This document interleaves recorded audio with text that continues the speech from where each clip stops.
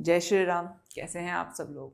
Well, आज की ये जो क्लास हम लोग कर रहे हैं ना, सबसे पहले मैं इसका मोटिव बता देती हूँ कि ये क्लास हम क्यों कर रहे हैं। बहुत सारे लोग ऐसे हैं जो कंफ्यूज हैं कि क्या प्रोफेशन में उनको जाना चाहिए, क्या काम करना चाहिए जिससे कि दिमाग को, हमारी सोल को एक सेटिस्फेक्शन मिल पाए। ऑब्वियसली बात है, हम पैसा तो कमा ही पाए, लेकिन हमारे दिमाग को, हमारे मन को एक सेटिस्फेक्शन मिल पाए। ये टॉपिक बहुत बार पूछा जाता है और बहुत अलग अलग तरीके से इसके आंसर दिए जा सकते हैं, लेकिन मैं कोशिश करूंगी कि इस वीडियो में आपको बहुत हद तक चीज़ें क्लियर कर दूं, हर तरीके से क्लियर कर दूं। तो हो सकता है कि ये वीडियो लंबा हो जाए और 2 पार्ट्स में बट जाए ये वीडियो। तो अगर ये लंबा हो गया तो लास्ट में लिखा आएगा कि next part will be in next video, ठीक है? तो अगर ये लंबा हो गया तो आप दोनों वीडियो देख लेना। अगर ये छोटा रहा, वैसे तो छोटा रहेगा नहीं, जब मैं बात करती हूँ तो लंबी हो जाती हैं, ठीक है ना? तो स्टार्ट करते हैं, लेकिन उससे पहले एक चीज़ बता देती हूँ। मैं यहाँ पर जो लोग भी सिर्फ ऐसी एंटरटेनमेंट के लिए आए हैं और स्पेसिफिकली एस्ट्रोलॉजी सीखना नहीं चाहते हैं, उनके लिए वीडियो इतनी ज़्यादा ऐप नहीं है। अगर आप सीरियसली में एस्ट्रोलॉजी सीखना चाहते हैं और एस्ट्रोलॉजी सीखने के बाद अपने हिसाब से अपने लिए चीज़ें करना चाहते हैं, देखना चाहते हैं कि मेरी लाइफ में ऐसा क्यों हो रहा है या मैं अपनी लाइफ को कैसे सही पाथ पर लेकर आ सकता हूँ, तो ये आपके लिए वीडियो ये यूजफुल होने वाली है। अदरवाइज अगर एस्ट्रोलॉजी एंटरटेनमेंट के लिए आए हैं तो this is not right video for you. सीखना है, समझना है, खुद से एस्ट्रोलॉजी जाननी है, मोस्ट वेलकम। कंटिन्यू करते हैं इस वीडियो को, ठीक है जी? तो चलिए, सबसे पहले अभी एक क्वेश्चन पूछूंगी, इस वीडियो को पॉज करके ना उस क्वेश्चन का आंसर सचमुच में देना। मैं आपसे पूछती हूं कि आप अपना इंट्रोडक्शन दो। दिया आपने अपना इंट्रोडक्शन? अपने इंट्रोडक्शन में आप क्या बोलते हो? 2 लाइनें जो मस्ट हैं, बोलना ही बोलना है। आप ये बोलते हो मेरा नाम सो एंड सो है और मैं ये काम करता हूं, जैसे कि मैं my name is Anuranjani Gupta and I am a astronumerologist. मैं ऐसे अपना इंट्रोडक्शन दूंगी। इंट्रोडक्शन में उसके बाद फिर मैं आगे कुछ भी बोलूं, कैसे भी बोलूं, कुछ और बहुत बढ़िया तरीके से इंट्रोडक्शन दो, लेकिन जो मेरी 2 लाइनें हैं ना वो मस्ट हैं हर जगह, हमेशा। जब भी हम अपने आप को इंट्रोड्यूस कराते हैं किसी भी तीसरे व्यक्ति से, दूसरे व्यक्ति से, हम ये बोलते हैं कि मैं क्या करता हूं, मैं क्या कर रही हूं, basically what I am doing. ये मेरे इंट्रोडक्शन का मैंडेटरी पार्ट है एंड दैट्स आवर लाइफ। हम सब लोग 8 घंटे सो रहे हैं, कोई 10 घंटा, कोई 6 घंटा सो रहा है, उतना हम सो रहे हैं। फिर हर कोई व्यक्ति जीवन में काम कर रहा है। आप 8 घंटे, 10 घंटे, कुछ लोग 12 घंटे, जो लोग ज्यादा एंथुसियास्टिक हैं, जिनका सैटर्न एरीज में है, वो लोग 12 घंटे, 14 घंटे काम कर रहे हैं, लेकिन काम हर कोई कर रहा है। हमारे जीवन में अगर आप देखोगे ना, हम घूमने जा रहे हैं, हम लोग पार्टी कर रहे हैं, हम लोग खाना खा रहे हैं, वो सारी चीजों को निकाल के भी अगर आप देखेंगे तो आपका वो सारी चीजें लाइफ का एक पार्ट है, लेकिन आपका काम आपका लाइफ है। ये डिटरमाइन करता है कि आप जिंदगी में कितने खुश रहेंगे, कितने सेटिस्फाइड रहेंगे। अगर आप अपने काम से सेटिस्फाइड हैं, काम से खुश हैं, तो ऑब्वियस सी बात है आप अपनी लाइफ के अंदर खुशी रहने वाले हैं। क्योंकि हो सकता है रिलेशनशिप अच्छा ना चले, हो सकता है बच्चे इतने अच्छे ना परफॉर्म करके दिखा रहे हो, लेकिन स्टिल अगर आप खुद अपने काम में परफॉर्म नहीं कर पा रहे हैं ना, अपने काम में खुश नहीं है, that makes lots of difference. तो सबसे पहले ये जानते हैं कि एग्जैक्टली हम करने क्या है, और ये हमें पता कैसे चलता है? किस चार्ट को देखकर हम क्या समझे कि बेसिकली यहां पर एक और शब्द आता है, आपने बहुत बार सुना होगा, कार्मिक डेट। कार्मिक डेट को ना नेगेटिव नहीं लो। कार्मिक डेट का मतलब क्या है कि आपका हर व्यक्ति इस जीवन में, इस धरती पर जो हमने जन्म लिया है ना कुछ करने के लिए जन्म लिया है कि स्पेसिफिकली मेरा मोटिव ये है करने का, मैं ये करने आई हूं जीवन में। और वो कार्मिक डेट हमको उतारने पड़ते हैं, अदरवाइज हम जा नहीं सकते, उनको उतारे बिना हम जा नहीं सकते।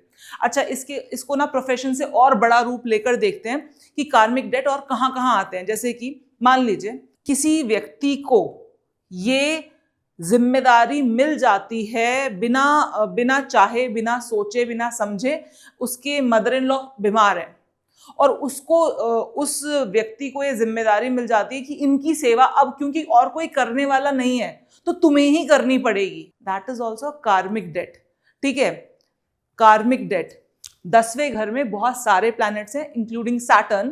कार्मिक डेट है आपका। कार्मिक डेट है मतलब 10वां घर किसका है? आपके स्पाउस की मदर का। 7th हाउस से 4th हाउस होता है ना, ठीक है? एक बार मैं करके दिखाती हूँ। ये जो आपका चार्ट है, बेसिकली ये जो आपका चार्ट है, मान लीजिए यहां पर 10वां घर आपके कर्म को बताता है। अब ये कर्म ना, ये 10वां घर ये आपके कर्म को बता रहा है कि ये कर्म आपको करना ही पड़ेगा। आप हंस के करो, रो के करो, कैसे भी करो, लेकिन आपको ये कर्म करना पड़ेगा। मान लीजिए यहाँ पर सैटर्न है, यहाँ पर मरकरी भी है, यहाँ पर मार्स भी है, और ये व्यक्ति स्कॉर्पियो लगन का है। तो स्कॉर्पियो लगन का लॉर्ड कौन हुआ? स्कॉर्पियो लगन का लॉर्ड मार्स हो गया। मार्स भी 10th हाउस में आकर बैठ गया, सैटर्न भी आकर बैठ गया, मरकरी भी आकर बैठ गया, मान लीजिए राहु भी यहां पर आकर बैठ गया। मतलब आप सोचो 9 प्लैनेट्स में से 4 प्लैनेट्स, जिसमें से एक इंक्लूडिंग राहु 10th हाउस में आकर बैठ गया। अब ऐसे व्यक्ति का पूरा ध्यान कहां रहेगा? आप इसको एक इजी लाइफ जीने के लिए आप बोल सकते हो कि ये व्यक्ति बहुत इजी लाइफ जिएगा। नहीं, 10th हाउस कर्म का है। इसकी लाइफ का मोटिव ही है यहां पर आकर काम करना, यहां पर आकर किसी भी तरीके से काम करना। इस व्यक्ति का पूरा ध्यान अपनी लाइफ में पूरा ध्यान कहां रहेगा? 10th हाउस कर्म के ऊपर। ये पलड़ा सबसे हैवी है। आई थिंक मैंने लास्ट वीडियो में भी बात की थी कि हमारी लाइफ में कौन सा खाना सबसे हैवी है, वो हम उस चीज को अपनी जिंदगी से बाहर नहीं निकाल सकते हैं। तो 10th हाउस में इतने सारे प्लैनेट्स आकर बैठ गए। यहां पर ये व्यक्ति हर हाल में अपने कर्म को बहुत ज्यादा इंपॉर्टेंट मानेगा, समझेगा। और ऐसे व्यक्ति के लिए आप एक और प्रेडिक्शन कर सकते हो। क्या कह सकते हो? कि ऐसे व्यक्ति को अपनी सास की सेवा करनी पड़ सकती है। क्यों सास की सेवा करनी पड़ सकती है?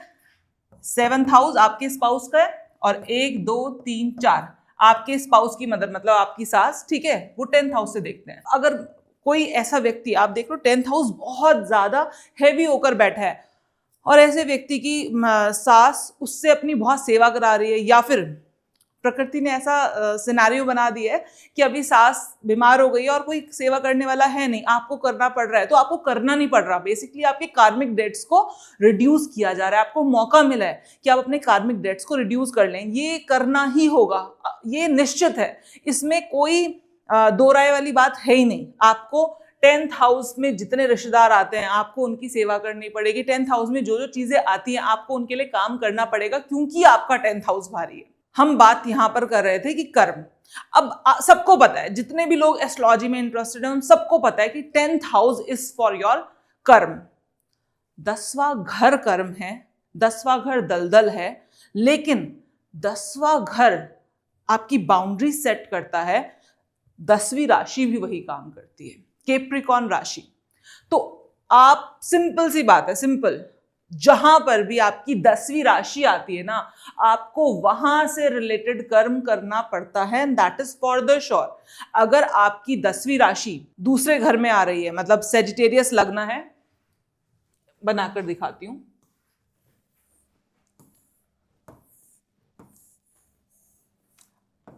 सेजिटेरियस लग्न है, 10वीं राशि कहां आ रही है? दूसरे घर में आ रही है। ऐसे व्यक्ति को अपनी पूरी फैमिली के लिए कर्म करना पड़ेगा। इसकी जिम्मेदारी है, इसका कार्मिक डेट है, और जब तक नहीं करेगा तब तक छुटकारा नहीं है। तब तक लग्न क्या बताता है? कभी सोचा आपने लग्न क्या बताता है? लग्न मतलब आपका शरीर। आपका शरीर, आपको अपने शरीर से क्या काम करना है, कहां अपने शरीर को लगाना होगा? 2nd हाउस के लिए। 2nd हाउस किसका है? आपकी फैमिली का है, आपके धन का है, आपकी इमेज का है, नो डाउट आपकी इमेज का है, आपके रिसोर्सेज का है, बेसिकली आपकी परवरिश का है, आपके संस्कारों का है। तो कहीं ना कहीं 10th राशि, 10वीं राशि अगर दूसरे घर में आ गई तो you have to apply your body. आपको शारीरिक तौर पर काम करने पड़ेंगे।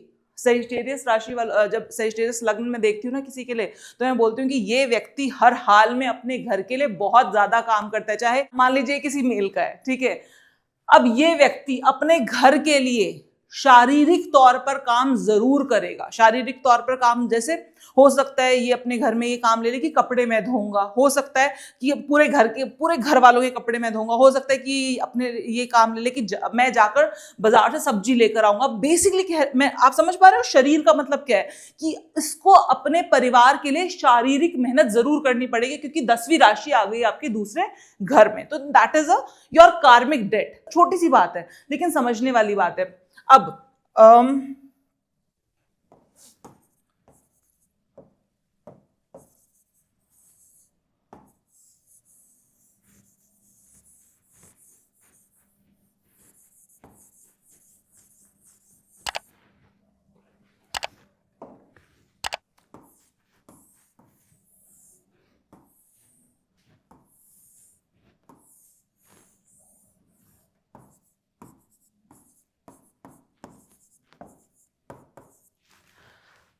कोई व्यक्ति कैंसर लग्न का है, कैंसर लग्न का है, ऐसे व्यक्ति को, मतलब ये एक जनरलाइज स्टेटमेंट है और ये आप हमेशा देखेंगे। आप सिंपली किसी का लग्न देख के आप प्रेडिक्ट कर सकते हो कि आपके साथ ये बात होगी ही होगी। इसमें कोई दो राय नहीं है, इसमें दो पांच बातें नहीं है, कोई सिंपल बात है, इतनी बात तो ये हर हाल में सच होगी।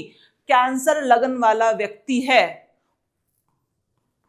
10वीं राशि कहां आ गई, 10वीं राशि आ गई 7th हाउस में। ऐसा व्यक्ति अपनी स्पाउस के लिए काम करता है। अब ऐसा व्यक्ति अपने स्पाउस के लिए काम करता है, कुछ भी काम कर सकता है वो ऐसा व्यक्ति। हो सकता है स्पाउस का करियर सेटल ना हो तो उसका करियर सेटल करवाने के लिए वो वहां पर काम करे। हो सकता है उसके घर में, मतलब स्पेसिफिकली कैंसर लग्न वाला व्यक्ति अपनी स्पाउस के लिए काम करता है और कहीं ना कहीं वहां से रिलेटेड बाउंड्री सेट करता है, अपनी स्पाउस के लिए बाउंड्री सेट करता है। सिंपल सी बात है, जहां पर आप जाके काम करोगे ना, वहां पर बाउंड्रीज भी सेट करते हो। आप बाउंड्री सेट करोगे ही करोगे, ये आपका नेचुरल फीचर होगा। तो सिंपल सी बात है, आपको एक लाइन में अगर मैं बात बोलूं तो आपको समझ में आना चाहिए कि अगर जहां पर भी 10वीं राशि है ना, टू बी वेरी क्लियर, वहां आप कंफर्टेबल नहीं महसूस करते हो। 10वीं राशि, 10वां घर, 10वीं राशि, बेसिकली 10वीं राशि 10वां घर है क्या? जब सूर्य अपनी पराकाष्ठा पर होता है उस समय को कहते हैं 10वां घर। जब सूर्य सर के एकदम ऊपर आ जाता है, सबसे टॉप पर आ जाता है, उसको कहते हैं 10वां घर। Basically this is not a very comfortable position. 10वें घर को दलदल कहा गया, 10वीं राशि को दलदल कहा गया, तो it's not a very comfortable position. आपको यहां पर आराम नहीं है। चौथे घर से 7वां है, चौथे घर से ऑपोजिट है, आराम के घर से ऑपोजिट है। चौथा घर आपके आराम का है, आपके सुख का है, 10वां घर आपके कर्म का है। इसी वजह से बोला गया कर्म। 10वां घर कर्म का है कि आपको कर्म करना ही पड़ेगा। आप इस राशि में बैठा हुआ, अगर इस राशि में कोई प्लैनेट आकर बैठ जाए तो यहां पर कोई भी प्लैनेट, मार्स की बात छोड़ देते हैं, मंगल की बात नहीं कर रहे, यहां पर कोई भी प्लैनेट कंफर्टेबल स्थिति में नहीं है।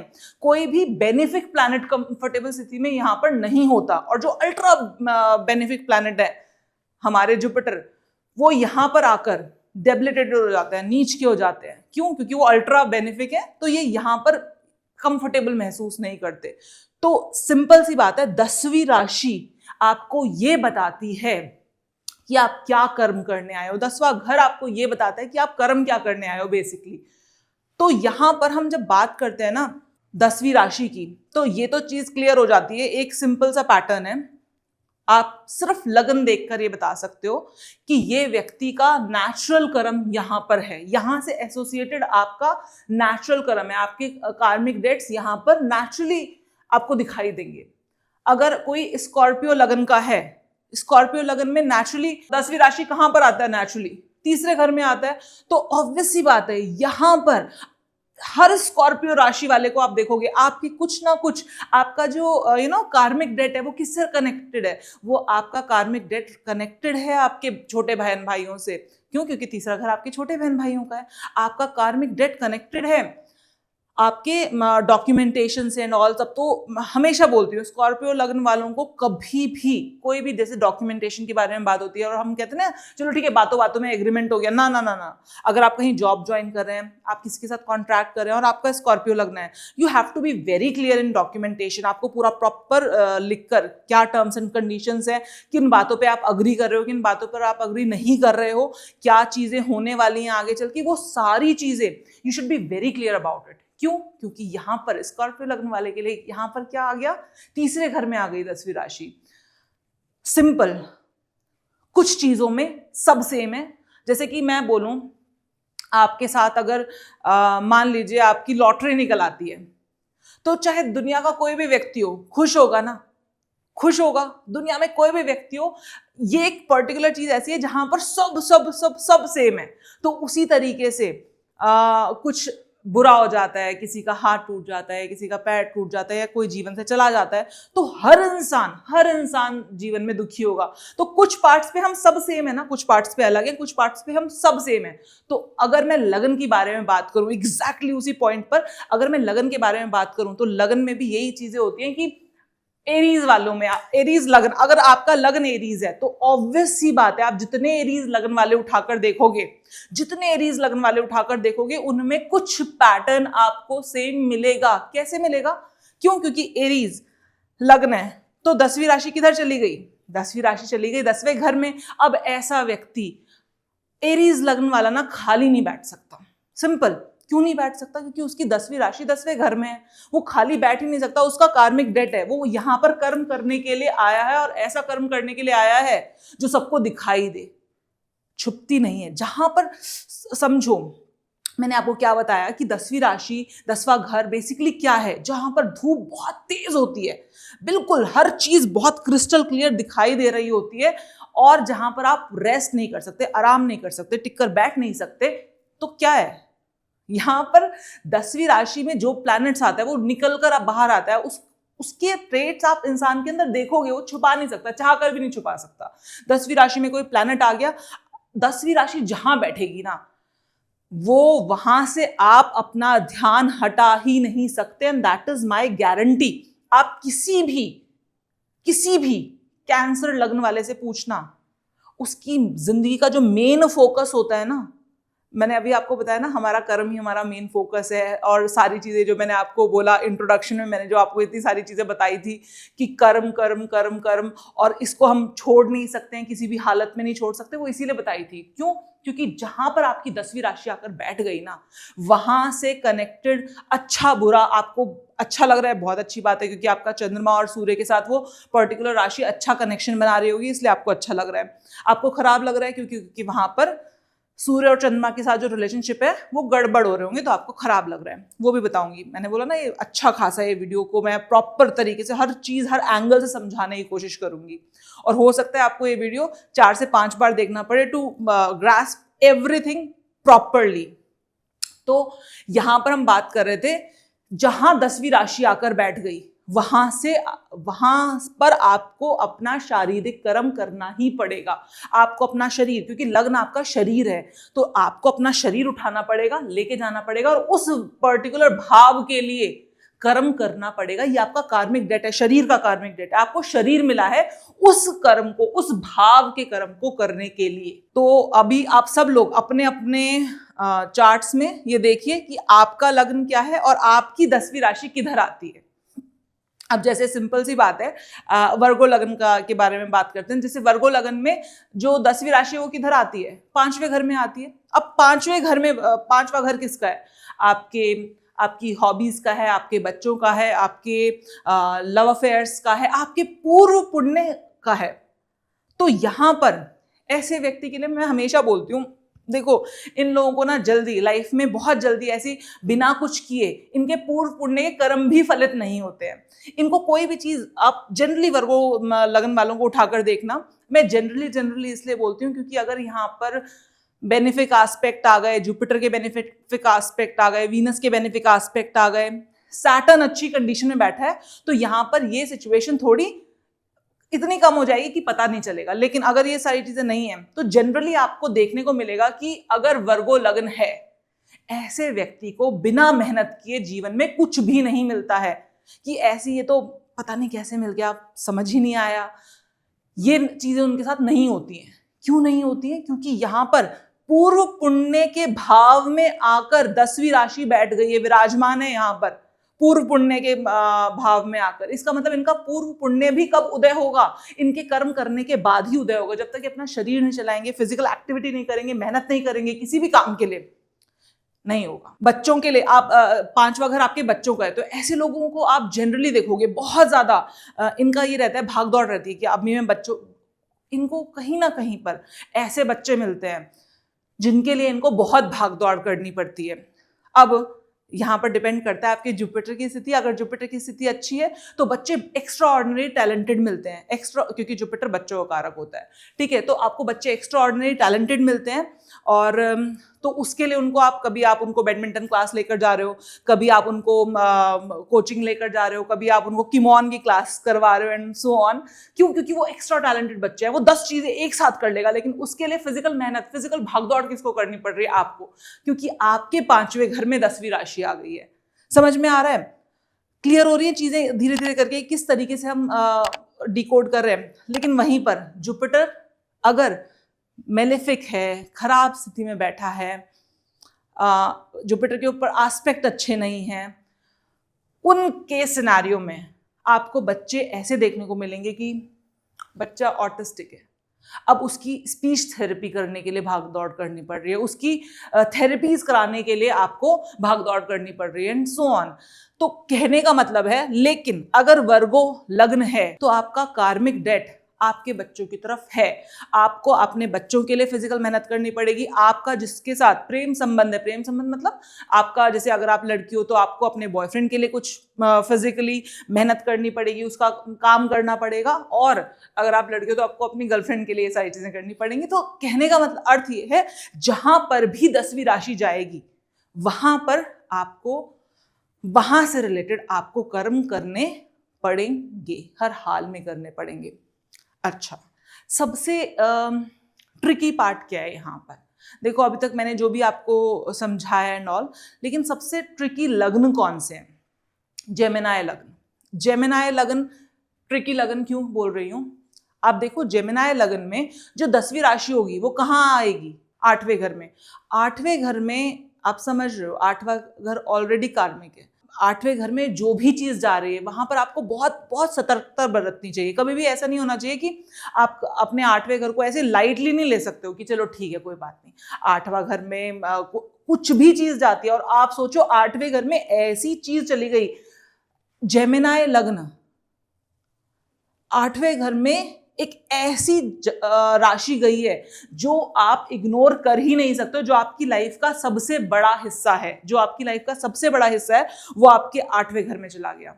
ऐसे केस में आपने जैसे ही वहां पर अपने कर्म से रिलेटेड कुछ भी इधर उधर किया, आपको तुरंत उसके असर देखने को मिलते हैं।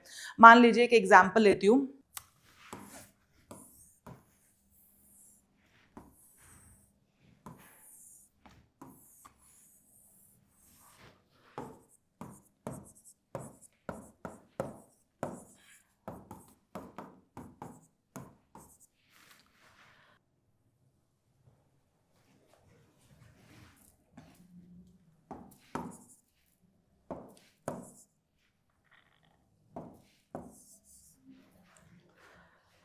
देखिए, जेमिनाई लग्न, जेमिनाई लग्न राशि कौन सी?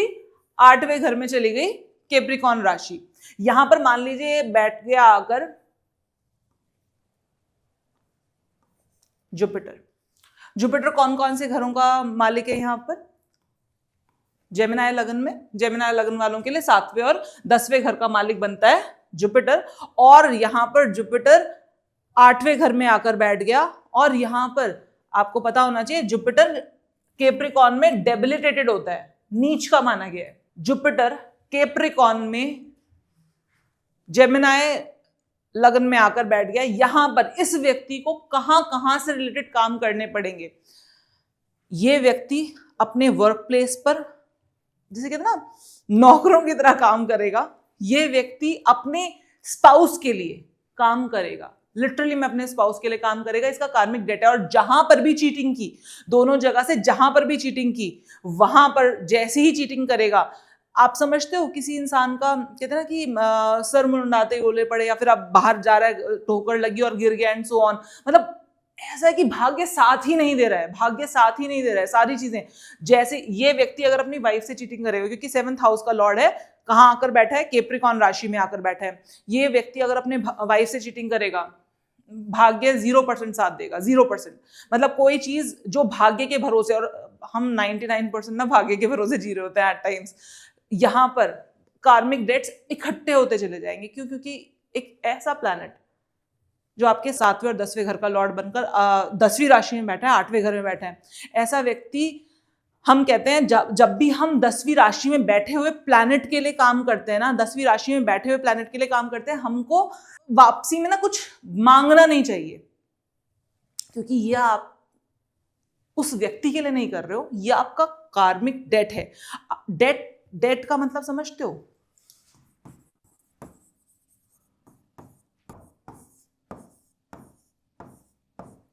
ये आपका कार्मिक डेट है। डेट का मतलब क्या होता है? बहुत सारे लोग मतलब कार्मिक डेट बोलते रहते हैं। डेट का मतलब होता है आपने किसी से कर्जा ले रखा है, वो वापस करना है। मान लीजिए आपसे किसी ने 1 करोड़ रुपए कर्जा ले रखा है, और वो अब आपको बस वापस दे रहा है, अब वो वापस रीपे कर रहा है अपना 1 करोड़ का कर्जा।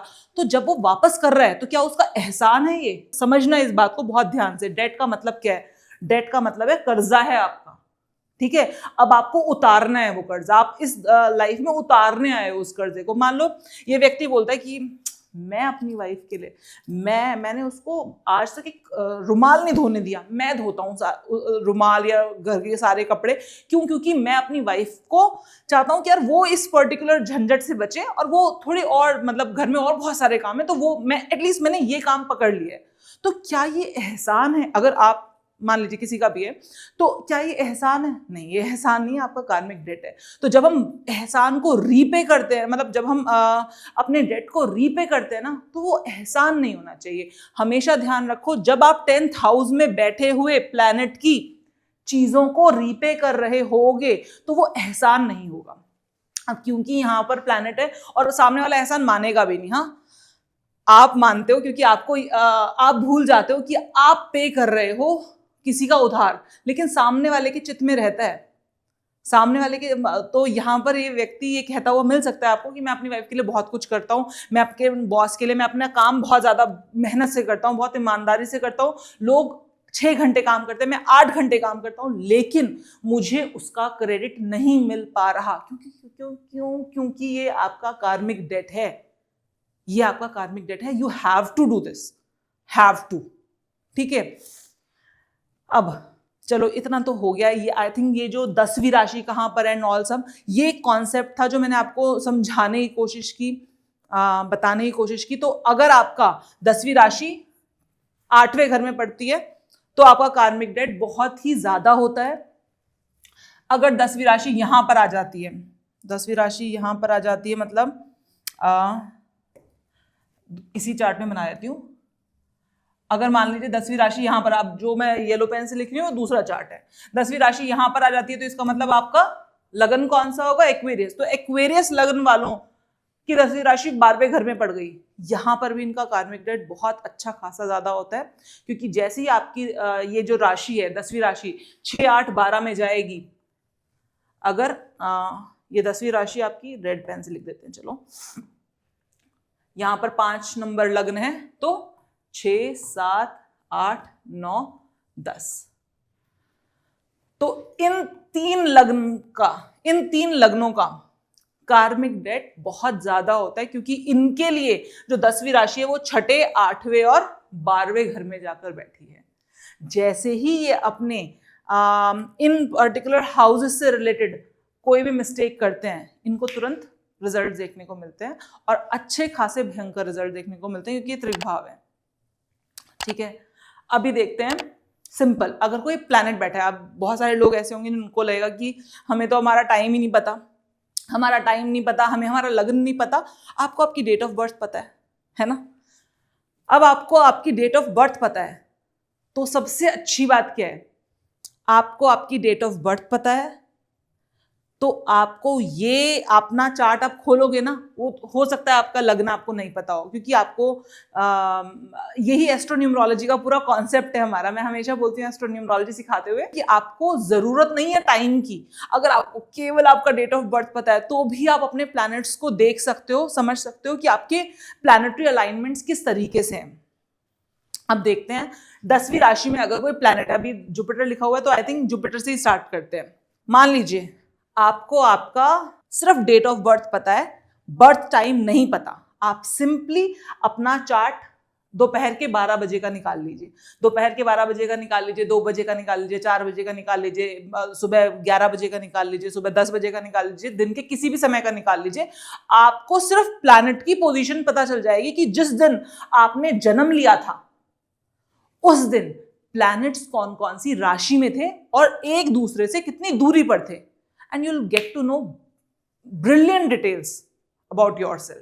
अब देखिए, अगर किसी का जुपिटर डेबिलिटेटेड मतलब कैप्रिकॉर्न राशि में है, जुपिटर जैसा बेनिफिक प्लैनेट कोई भी, जैसे मैंने स्टार्टिंग में बोला था, ये कोई भी बेनिफिक प्लैनेट बड़ा अच्छा काम नहीं करता है आपकी कैप्रिकॉर्न में। हर बेनिफिक प्लैनेट को परेशानी होती है कैप्रिकॉर्न में। सिर्फ मंगल ऐसा है जो बहुत खुश है, बहुत ज्यादा खुश है कैप्रिकॉर्न में, अदरवाइज हर बेनिफिक प्लैनेट यहां पर परेशान है। और सबसे ज्यादा परेशान कौन है? सबसे ज्यादा परेशान है देवगुरु बृहस्पति। यहां पर हम कहते हैं कि जब किसी को जुपिटर, जो जीव कारक प्लैनेट है हमारा जो जीवन है, जो जीव कारक प्लैनेट है, वो किसी के चार्ट में डेबिलिटेटेड होकर बैठा है, शारीरिक प्रॉब्लम तो देता है, नो डाउट अबाउट इट। लेकिन आपने पढ़ा होगा या सुना होगा कहीं से, जो अच्छे गुरु हैं, जो अच्छी बुक्स हैं एस्ट्रोलॉजिकल, उसमें एक चीज बोली जाती है कि देवगुरु बृहस्पति ना वो गुरु हैं। देवगुरु बृहस्पति अल्ट्रा बेनिफिक इसलिए हैं कि वो डंडा भी लेकर बैठे ना, तो सोने का डंडा लेकर बैठे, मतलब अगर आपको मारेंगे भी ना तो वो कहीं ना कहीं आपको कुछ बहुत अच्छा बेनिफिट प्रोवाइड करेंगे। तो अगर जुपिटर डेबिलिटेटेड भी है तो भी व्यक्ति को बहुत अच्छी ऊंचाइयों तक पहुंचा सकता है। जुपिटर कैप्रिकॉर्न में होने का मतलब है आपका कार्मिक डेट नॉलेज से रिलेट करता है, आपका कार्मिक डेट आपके गुरु से रिलेट करता है। ऐसे व्यक्ति को गुरु नहीं मिलते, ऐसे व्यक्ति को खुद से बहुत प्रैक्टिकली खुद से जाकर नॉलेज इकट्ठी करनी पड़ती है, और बहुत टाइम लग जाता है उसको खुद से ढूंढते हुए। ठोकर खाता है, गिरता है, फिर उठता है, फिर ढूंढता है, फिर इस तरीके से बहुत टाइम लग जाता है उसको नॉलेज इकट्ठी करने में। लेकिन मैंने कहा ना कि देवगुरु बृहस्पति डंडा भी कौन सा लेकर बैठे हैं, सोने का डंडा लेकर बैठे हैं। इसका रिजल्ट क्या होता है? ऐसे लोग ना आपको ब्रिलियंट टीचर्स दिखाई देंगे, ब्रिलियंट टीचर्स। मैं फिर बता रही हूँ आपको, आप जिस भी बहुत अच्छे टीचर को जानते हो ना, जो भी आपको लगता हो कि ये व्यक्ति जब समझाता था तो ऐसे लगता था कि सीधा दिमाग में बात उतर गई, सीधा अंदर बात चली गई है, आप देखना उनका जुपिटर या तो आपको डेबिलिटेटेड मिलेगा, या 10वें घर में मिलेगा, या फिर उनका जुपिटर सैटर्न से कनेक्शन बनाता होगा, अदरवाइज नहीं देता। बिना जुपिटर का सैटर्न से कनेक्शन हुए, बिना जुपिटर का सैटर्न से कनेक्शन हुए वो बेस्ट नहीं निकाल पाता। ठीक है, तो ये जुपिटर का कर्स है। जो खुद बहुत बार गिरा है ना, जिसको खुद बहुत देर से समझ में आई है, जिसने खुद प्रैक्टिकली दर की खाक छानी है, उसको समझ में आता है कि अच्छा ठीक है, तुम बोल नहीं रहे हो, लेकिन मुझे पता है कि तुम्हारे अंदर, तुम्हारे मन में एक क्वेश्चन चल रहा है, क्योंकि कभी ना कभी मेरे मन में भी ये क्वेश्चन चला था। अच्छा ये बहुत छोटी बात है, लेकिन स्टिल मैं बता देती हूँ, क्योंकि कभी ना कभी मुझे भी नहीं समझ में आई थी, और मैंने उसके लिए शायद साल भर मेहनत की, तब जाकर मुझे समझ में आई। तो let me tell you everything, let me give you everything जो मैंने इतनी मुश्किलों से ढूंढा है। एटलीस्ट मेरी मुश्किलों का तुम्हें थोड़ा सा फायदा हो जाए। That is Jupiter in Capricorn, और जुपिटर इन 10th हाउस, और जुपिटर और सैटर्न का कॉम्बिनेशन। Brilliant teachers. इनका कर्स है, इनको नॉलेज का कर्स होता है। कर्स मतलब कह लो या कार्मिक डेट कह लो, curse is not a very good word. जो जैसे जो वो है शब्द जो है स्पेसिफिक, वो है कार्मिक डेट।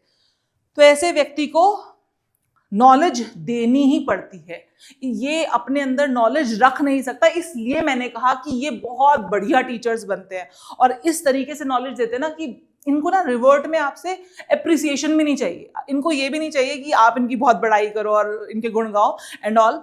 जुपिटर कैप्रिकॉर्न में हो, जुपिटर सैटर्न के साथ हो, जुपिटर 10th हाउस में हो, लेकिन सबसे इंपॉर्टेंट है यहाँ पर सैटर्न की स्थिति देखनी पड़ेगी आपको।